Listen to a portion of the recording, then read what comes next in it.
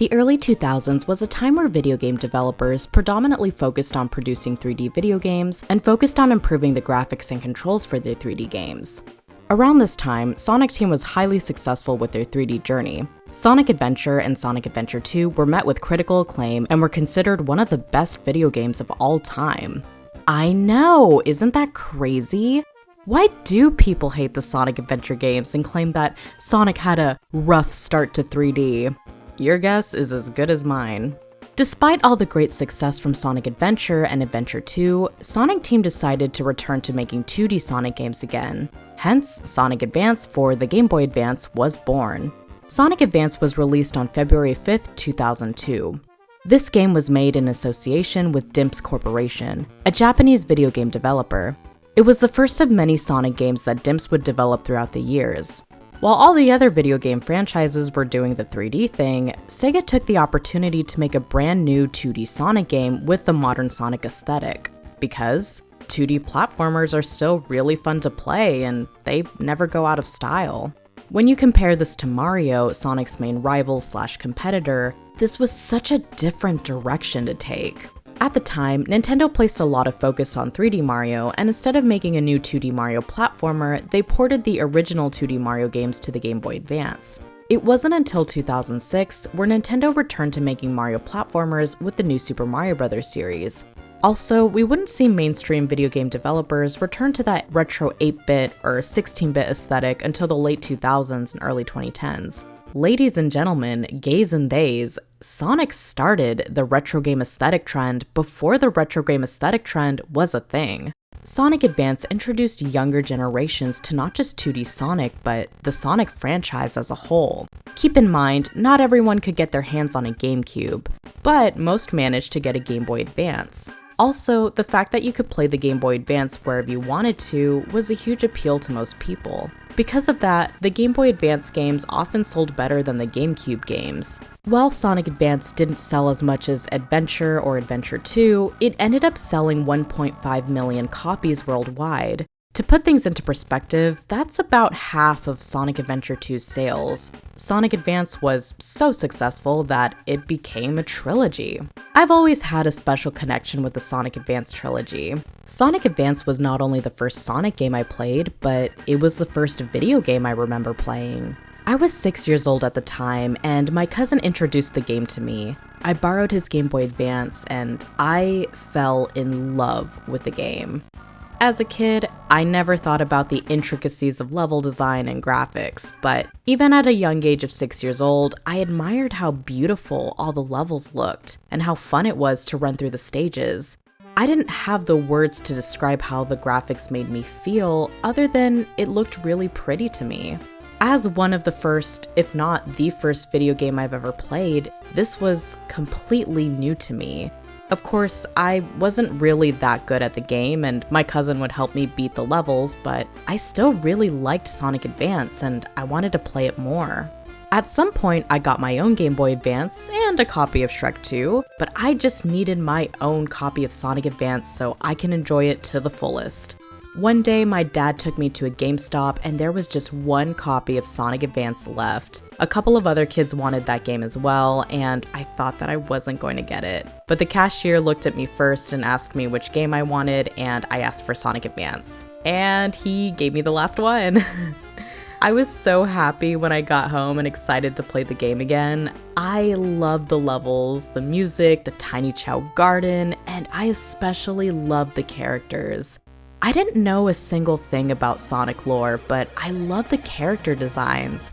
I don't know how to explain it, but there's something really cool about the appearance of Sonic characters. I think as kids we tend to gravitate towards anthropomorphic or animal-like characters, but personally the Sonic characters really stood out to me in comparison to other children's media like Mickey Mouse. I always liked watching the intro as a kid and seeing all the characters get introduced. Sonic Advance has a total of 4 playable characters from the start. Of course, there's our main hero, Sonic the Hedgehog, Miles Tails Prower, or Tails for short, and 6-year-old Mandy thought Tails was a girl. And I also thought he was Sonic's love interest. Boy, was I terribly mistaken. Knuckles the Echidna, which I had no idea what an echidna was or even how to pronounce it, so I always call him Knuckles the Enchilada. And last but not least, Amy Rose. Amy was my favorite character at the time because she was pink and I loved everything pink. I played a lot as Amy and as Tails. Amy for the sole reason that she was pretty and pink, and Tails because he had the ability to fly for a short period of time, and that helped me get through the levels easier. Sonic, Tails, and Knuckles play very similar to their Genesis counterparts, but with modern additions to their gameplay. Sonic has a new somersault technique that can attack enemies, and Knuckles has a 2-punch combo. Amy Rose is a new addition to the 2D Sonic games, and I would probably describe her playstyle as a 2D version of Adventure Amy. She attacks with her hammer and can also do really cool jumps and flips with it. She can't spin dash and she's a little slower, but I don't see it as a hindrance to the gameplay. Sonic Advance has a total of 8 stages, and when I was a kid, I played these stages over and over again. The first zone is Neo Green Hill Zone, a nice beachy area with a gorgeous view of the ocean in the background. As you continue through the level, you see more greenery, especially in Act 2. As the name would suggest, it is Green Hill inspired.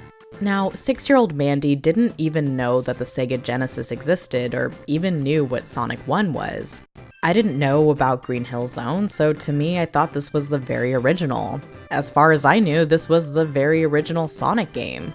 Neo Green Hill is a great start to Sonic Advance, and my 6-year-old brain was amazed with how pretty the level was. Since the Sonic characters were all about running fast, it felt satisfying to beat this level in about a minute. I also liked the transition from the beach and into the forest. By the end of Act 2, you end up on a bridge with a gorgeous view of the ocean.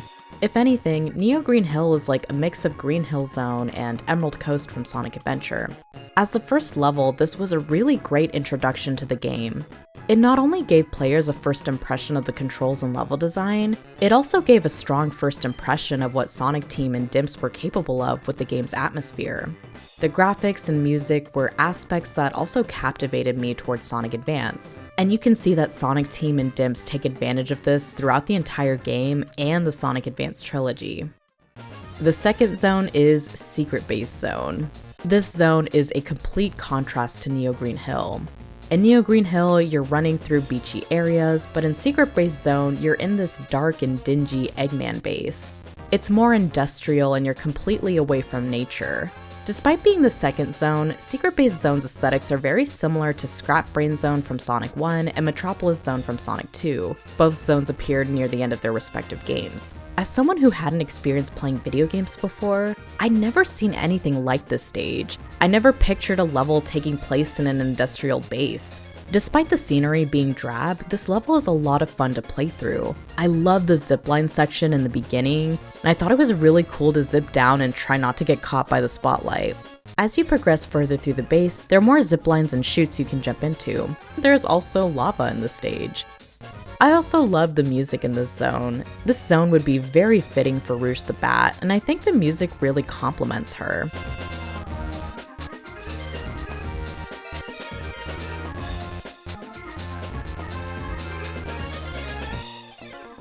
If Sonic Team ever decided to remake some Sonic Advance stages, I think having Rouge playable in Secret Base Zone would be really fun.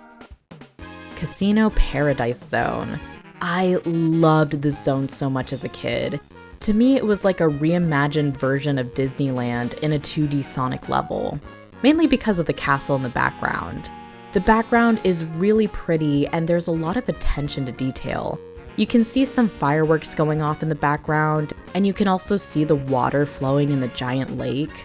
The night skies complement the zone really well, especially with the foreground being very bright and there's lots of lights everywhere. It's just a very gorgeous level, especially for the Game Boy Advance. As a kid, I loved the pinball mechanics and how you could use balloons and flippers to make you jump higher. I also love the unique sound effects this stage had, like when Sonic is curled up into a ball and riding down this large bowl.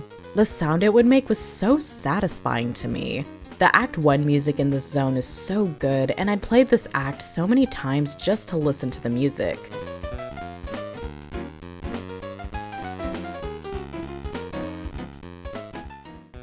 The Act 2 music tones the excitement a bit and is very relaxing to listen to.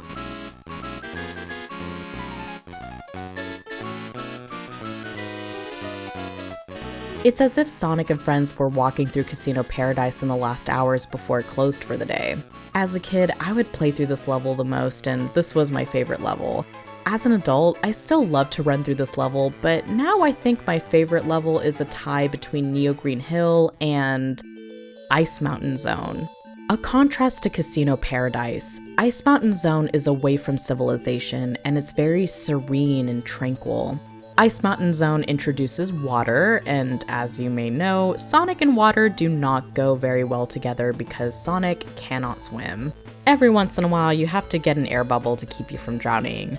I did not know this at the time, so I'd always panic every time I heard the countdown music, and I was just completely lost on how I'd even beat this zone. Despite not being able to finish this zone as a kid, that didn't stop me from playing it over and over again just to enjoy the music and visuals. This zone is similar to Ice Cap Zone from Sonic 3 and Sonic Adventure, but the graphics in Ice Mountain Zone are much more pronounced and have more attention to detail. The background for Ice Mountain Zone is like a Bob Ross painting, and I liked how the underwater caves looked. The blue and purple color combination is so pretty to look at. Overall, Ice Mountain Zone is an aesthetically pleasing level. Not only that, the music for both acts is very calming and relaxing. The Act 1 music in particular is mesmerizing and pleasant to listen to, and it makes this level an even more enjoyable experience.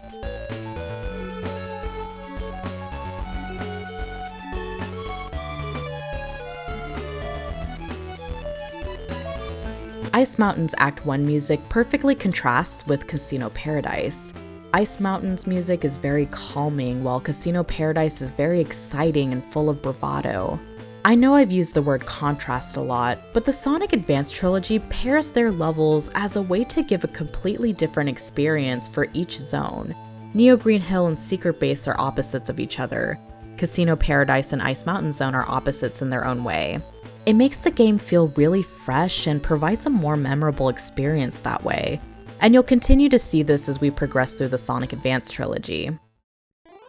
Angel Island Zone. As the Encyclopedia states, our heroes return to Knuckles' home turf and explore unseen regions of the Sky Sanctuary ruins. Again, I was not familiar with Sonic lore as a kid, but I love the fact that this took place in the sky.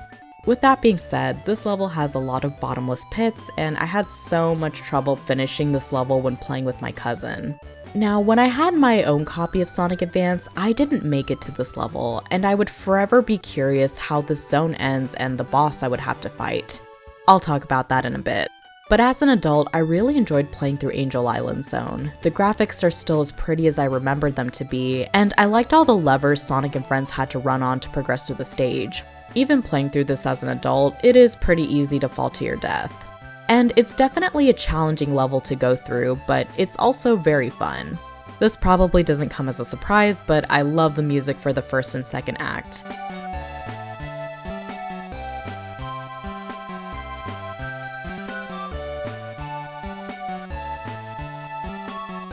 If I could put into words how it felt to listen to the Angel Island music as a kid, it would be light, ethereal, graceful, happy. Egg Rocket Zone. You're making your way up to the rocket as it launches into outer space. Unlike the other levels, you have a countdown for each phase, and you have to make it up to the next section before the timer runs out. The platforming in this level is pretty challenging and very precise at times, making it pretty easy to fall down a level, or worse, fall to your death. For that reason, it's not my favorite zone, especially when playing as Amy because she doesn't spin dash like Sonic, Tails, and Knuckles. I do love the background for the stage, it looks so beautiful. I love how you start outside of the rocket and you can see the sunset and the vast desert in the background. And I love the view of outer space when you make it to the end of the level. It adds a really nice touch to Egg Rocket Zone. And I know I sound like a broken record, but this level's music always stuck out to me as a kid and really resonated with me.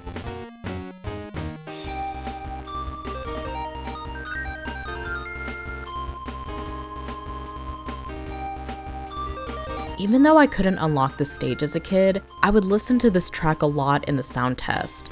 The music is calming, captivating, mesmerizing, And that's what makes the zone so memorable, despite the fact that it's not my favorite. Cosmic Angel Zone. Egg Rocket Zone does not have an Act 2. Instead, you'll move on to Cosmic Angel Zone, Dr. Eggman's space base. This level uses changing gravity physics and has some similarities with the Space Colony Arc levels.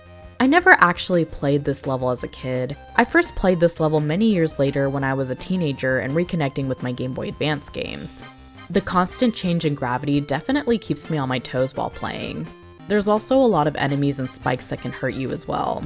For the final level, it's fairly quick to run through, but it's still a fun experience overall. I like the purple backdrop and the bright flashing lights you see as you run through the level. It's just a nice contrast to Egg Rocket Zone, especially when navigating through the more dull areas of the rocket. And again, the music is just so good.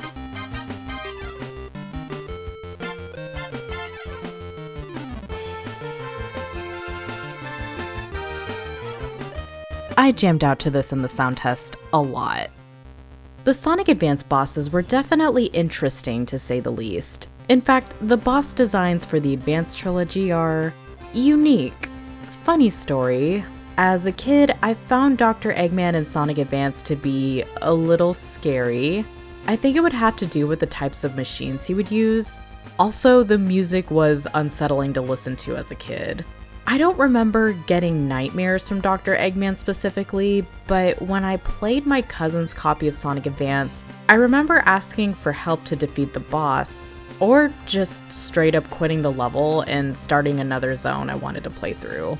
But when I got my own copy and had to start all over, I had to be a big girl and face my fears.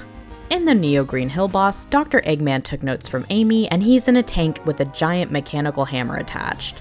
After hitting the machine a few times, it will start to lose control to the point where the force of the hammer would lift Eggman's tank in the air, which looks pretty funny as an adult. Overall, it's a pretty easy boss. The secret base boss is the Egg Press. Oh, I get it. Basically, it's Eggman's Eggmobile connected to a giant spring, and he attempts to crush Sonic and friends with the weight of this contraption. Again, pretty easy boss when you figure out Eggman's attack patterns. Next up, the Egg Ball. This time, Eggman takes a note from Mario and tries to incorporate a guessing game for the player. 8 pipes appear on the screen, and Eggman and a giant spiky ball travel through those pipes. You have to figure out which pipe Eggman will come out of and avoid the spiky ball of death as much as you can. This boss can take a while if you keep missing Eggman, but overall it's pretty easy. Ice Mountain's boss, the Egg Spider, is actually one of his better machines. Eggman clings to the top of the cave and makes icicles fall into the water to hurt the player. This boss is fairly difficult, especially with Sonic because he can't swim.